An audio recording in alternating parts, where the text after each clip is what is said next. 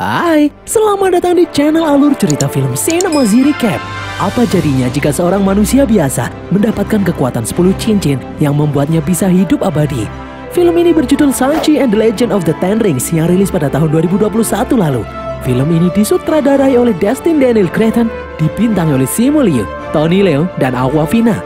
Tak usah berlama-lama lagi, langsung saja kita masuk ke dalam alur cerita film Shang-Chi and the Legend of the Ten Rings. Semoga.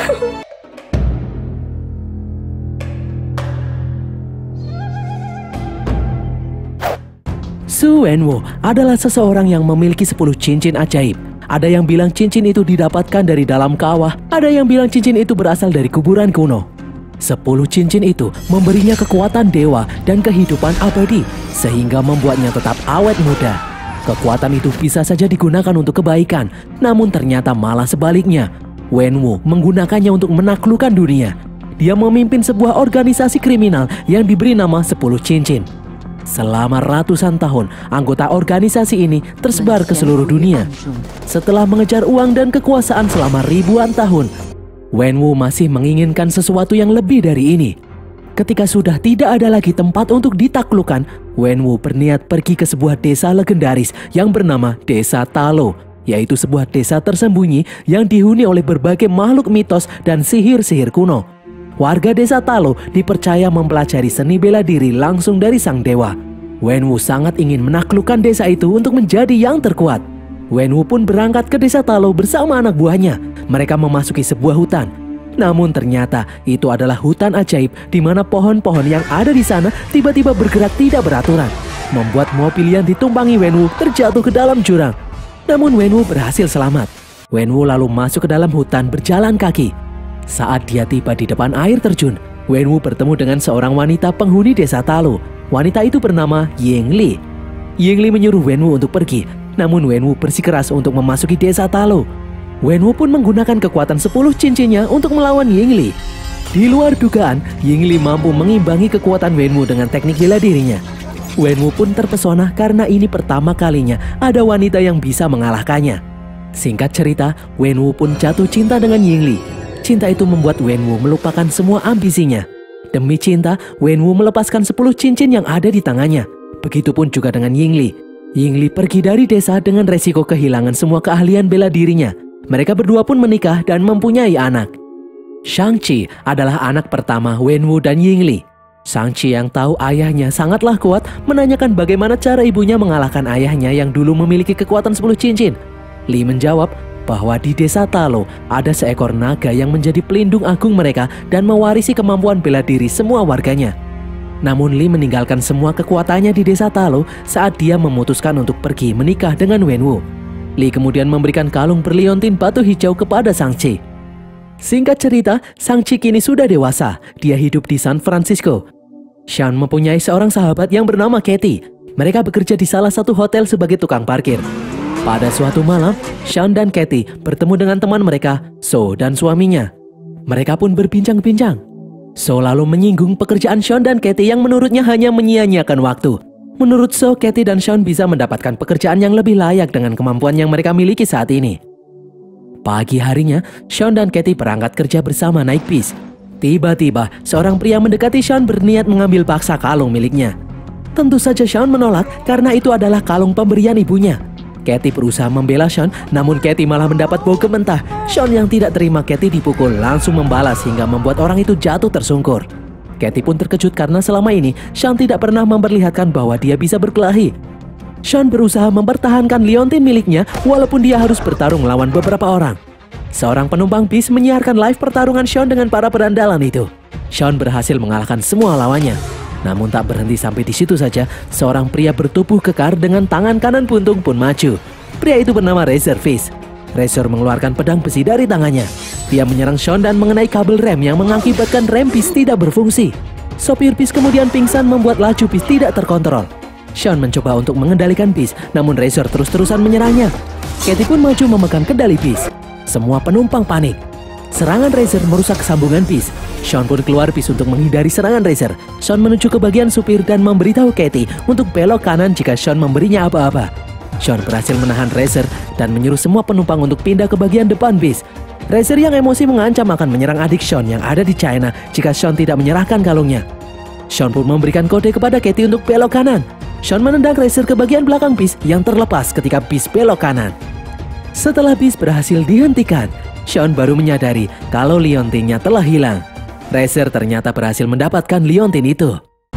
Sesampainya di rumah, Katie bertanya mengenai serangan tadi kepada Sean. Sean pun menjawab kalau dia harus segera kembali ke Macau, China untuk memperingatkan adiknya karena Razer dan anak buahnya pasti akan menyerang adiknya juga. Katie yang bingung memaksa Sean untuk menjelaskan tentang siapa sebenarnya dirinya. Sean lalu memperlihatkan surat yang dikirim oleh adiknya. Dari surat itu, Sean tahu kalau adiknya saat ini berada di Macau. Orang-orang yang menyerang Sean barusan adalah anak buah ayahnya, Wenwu. Katie pun akhirnya memutuskan untuk ikut dengan Sean pergi ke Macau. Di dalam pesawat, Sean menceritakan masa lalunya kepada Katie. Dahulu kala, setelah ibunya meninggal, ayahnya mulai berubah. Wenwu memaksa Sean berlatih untuk menjadi mesin pembunuh. Awalnya terasa berat, Sean sempat kesulitan, namun lama-kelamaan dia berhasil mengalahkan beberapa orang sekaligus. Sementara adik perempuan Sean yang tidak diperdulikan oleh ayahnya berlatih sendirian.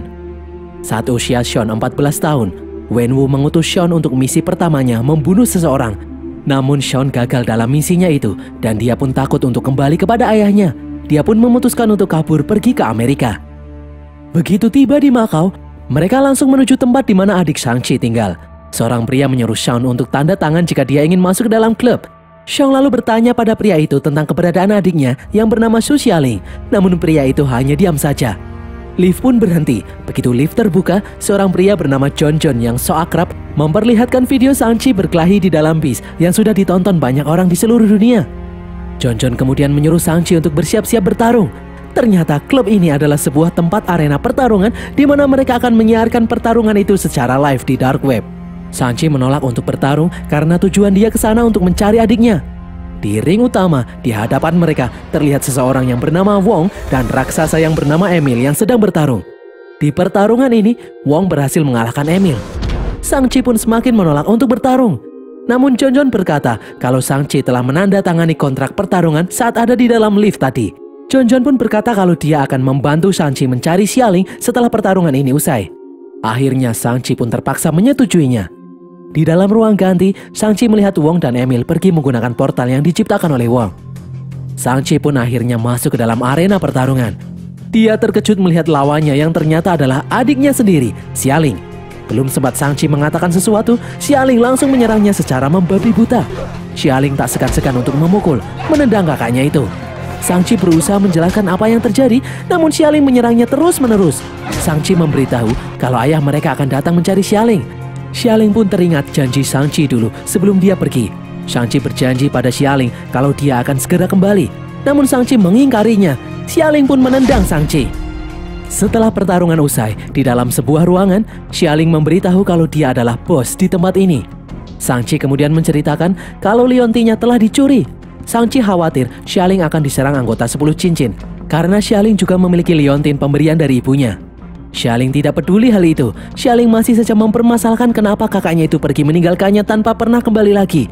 Hingga akhirnya Xialing berhasil menjadi kuat secara mandiri dan mendirikan klub ini sendirian.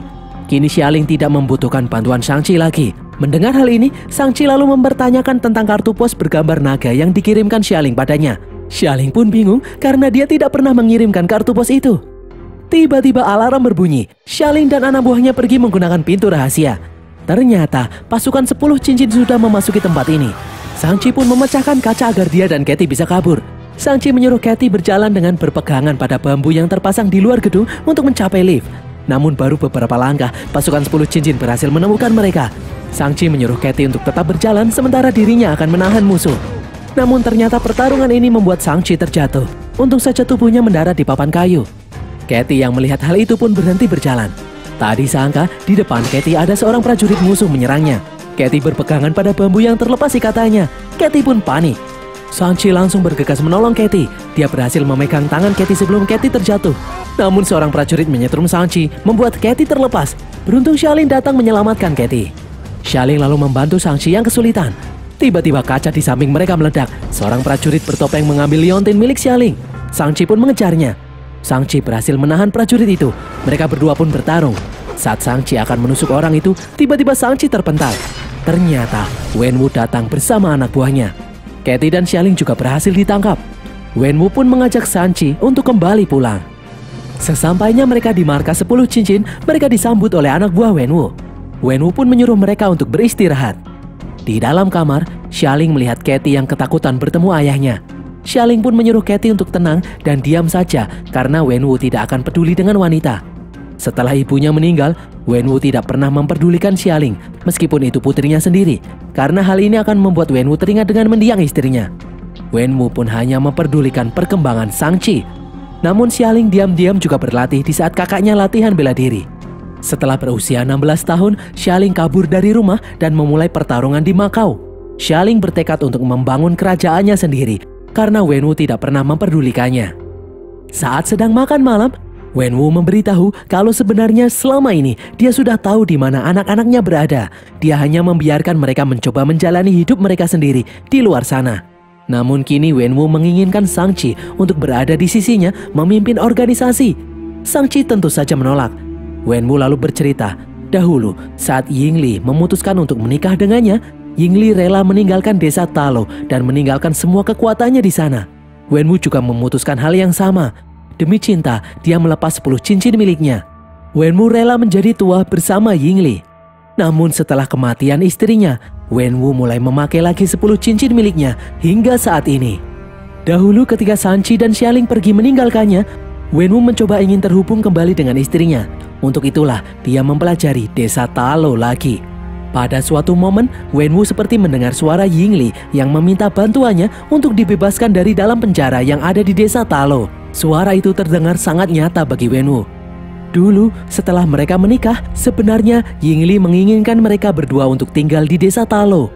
Yingli meminta izin kepada para tetua, namun mereka menolaknya. Para tetua berkata kalau Wenwu tidak pantas tinggal di desa Talo. Wenwu beranggapan jika dahulu mereka dipersilahkan tinggal di Talo, maka Yingli pasti masih hidup sampai saat ini. Wenwu menyalahkan rakyat Talo atas kematian Yingli. Wenwu beranggapan rakyat Talo sedang mengurung Yingli untuk memberi hukuman. Wenwu berkata kalau Yingli memberikan mereka petunjuk untuk menyelamatkannya. Mendengar hal ini, Shang-Chi pun kaget. Dia mencoba untuk menyadarkan ayahnya kalau ibunya sudah tiada. Itu semua adalah omong kosong. Wenwu pun mengajak anak-anaknya ke patung naga yang ada di dinding rumah. Wenwu meletakkan liontin Shang-Chi dan Xialing ke mata naga itu. Tiba-tiba air menyembur ke segala arah. Air itu membentuk gambaran peta di hutan menuju desa Talo.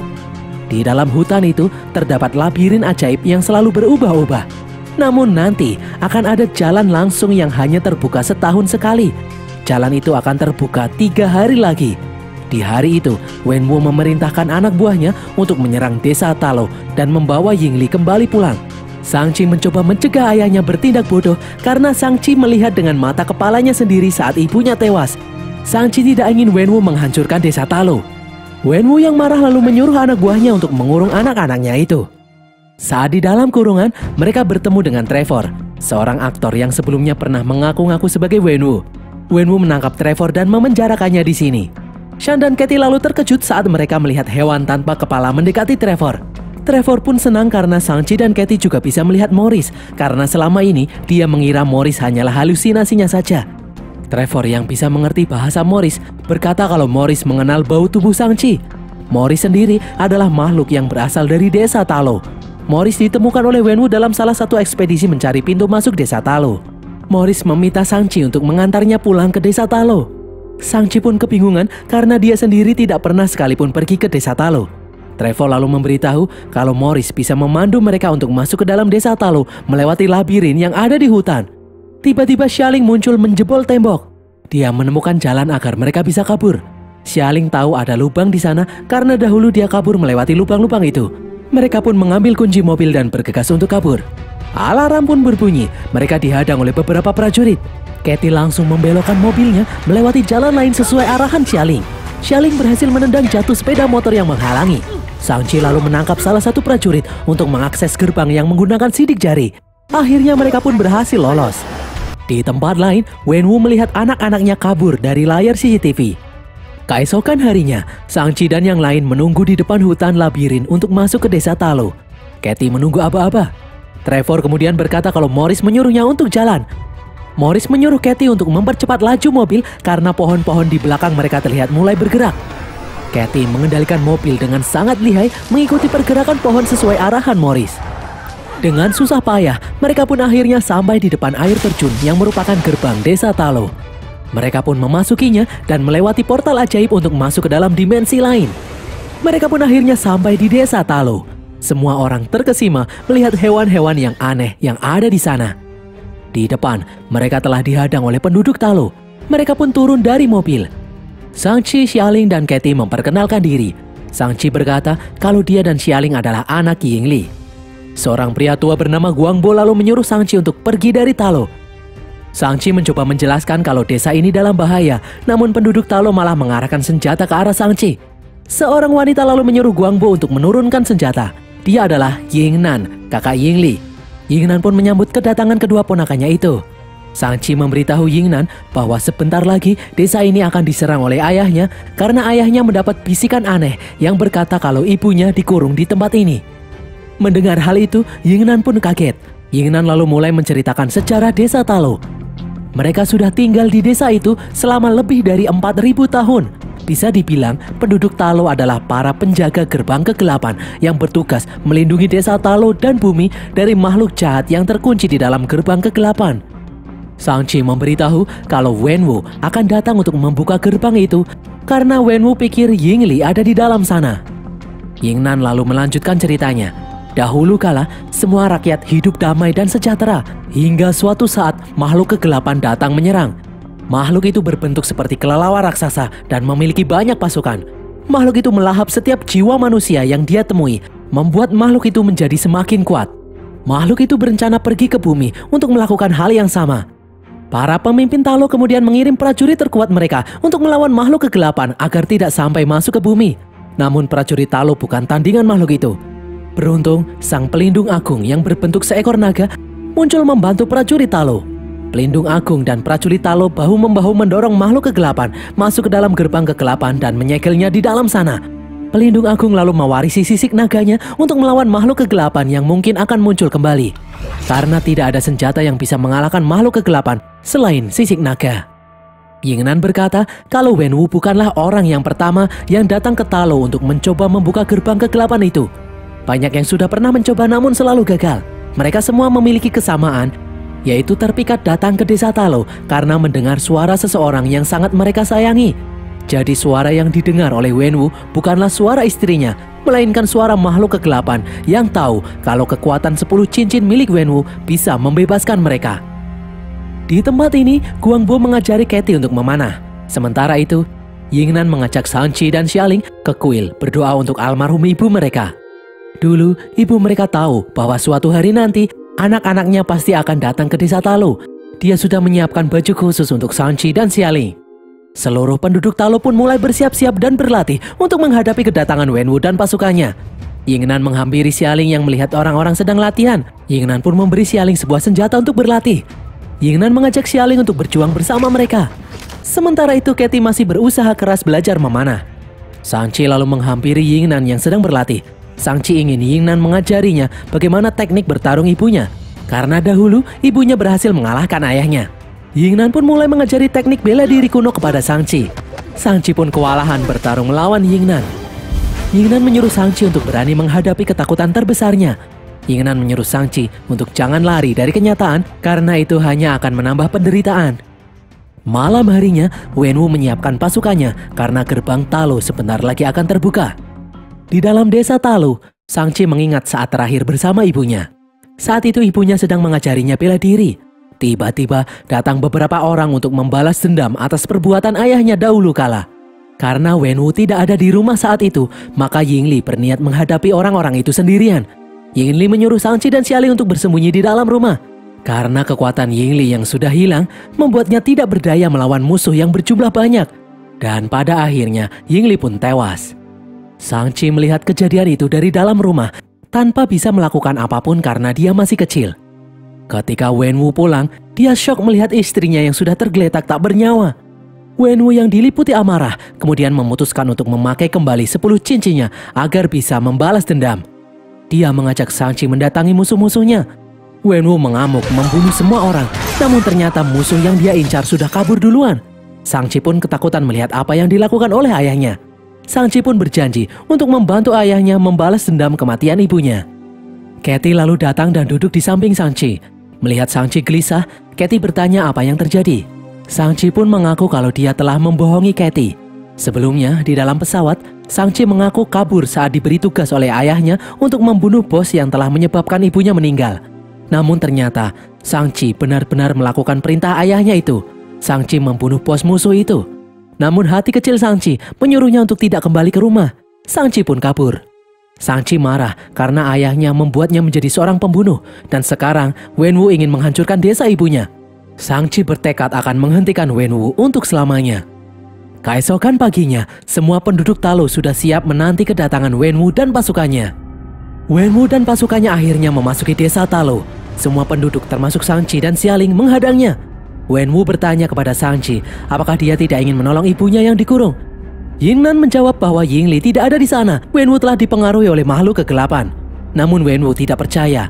Apalagi dahulu, dia dan istrinya pernah diusir dari desa ini. Guanbo lalu berkata kalau Wenwu lah yang mereka tolak, bukan Yingli. Karena dosa masa lalu Wenwu yang akan mengotori desa Talo. Wenwu menyuruh penduduk Talo untuk membiarkannya lewat, namun Yingnan menolaknya. Mereka semua pun bersiap untuk berperang. Wenwu langsung menyuruh anak buahnya untuk maju. Pertarungan pun terjadi antara pasukan 10 cincin melawan penduduk desa Talo. Di tengah-tengah pertarungan, Wenwu melenggang pergi menuju gerbang kegelapan. Shang-Chi pun berusaha mengejar ayahnya, namun dia dihadang oleh Razer. Xialing kemudian datang membantunya dan menyuruh Shang-Chi untuk mengejar ayahnya. Wenwu melewati kuil istrinya. Shang-Chi kemudian berkata kalau saat ini dia sudah tidak takut lagi untuk bertarung melawan Wenwu. Namun Wenwu menganggap Shang-Chi akan selalu takut padanya.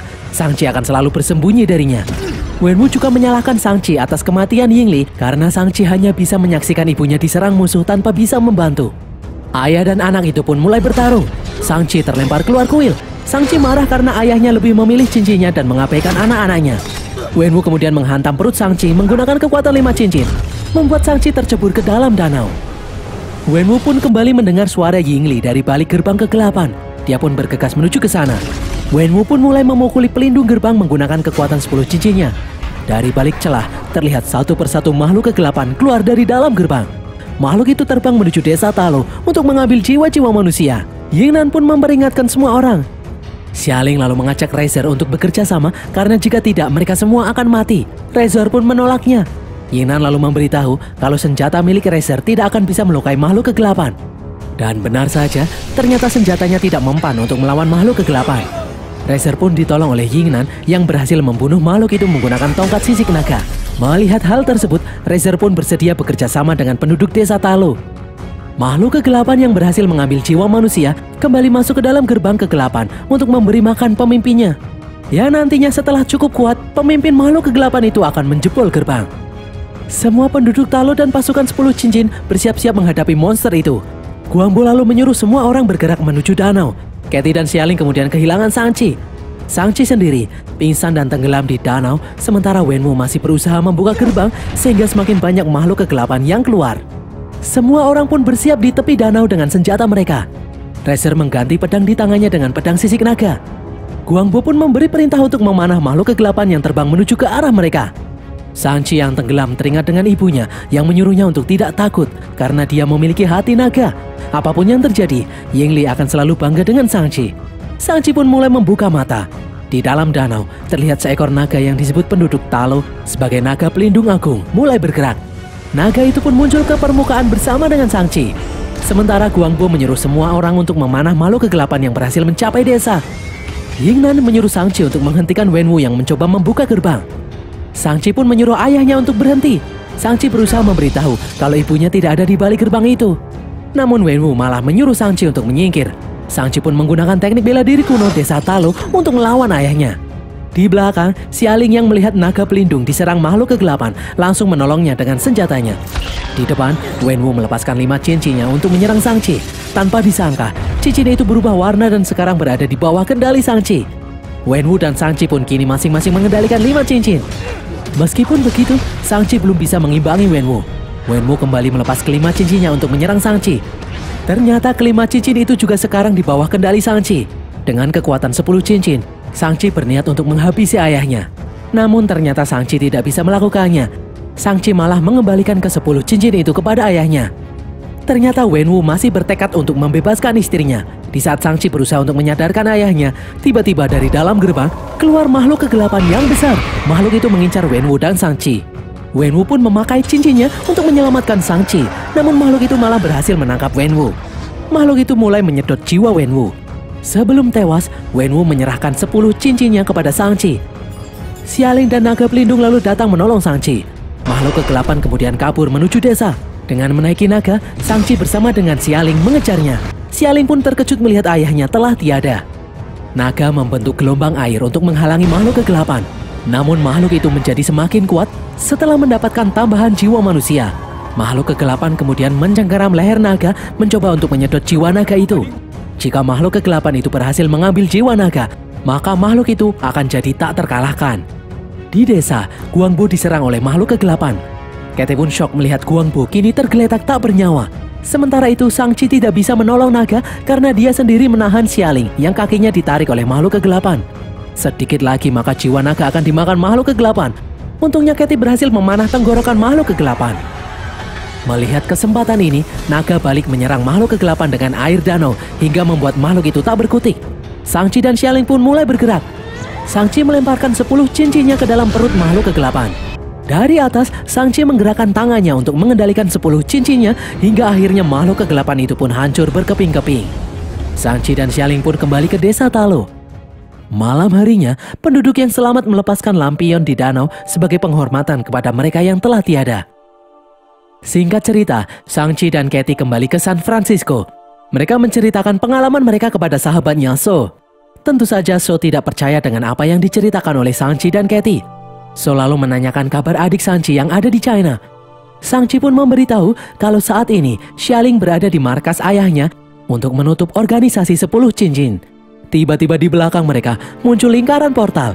Wong keluar dari sana dan mencari Shang-Chi. Wong menyuruh Shang-Chi dan Katie untuk ikut dengannya ke dalam lingkaran portal. Wong membawa Shang-Chi dan Katie untuk meneliti 10 cincin peninggalan ayahnya. Di sana ada juga hologram Bruce Banner dan hologram komunikasi Captain Marvel. Wong memberitahu mereka kalau bahan cincin itu tidak berasal dari bumi. Bruce juga menambahkan kalau cincin itu juga bukan terbuat dari vibranium. Menurut Captain Marvel, cincin itu tidak seperti teknologi alien yang pernah dia lihat selama ini. Setelah dilihat lebih teliti, cincin itu berusia lebih dari 1000 tahun. Wong pun memperbesar cincin itu. Ternyata cincin itu bereaksi seperti sedang mengirimkan pesan kepada sesuatu di luar sana. Captain Marvel pun pamit karena dia mendapat panggilan.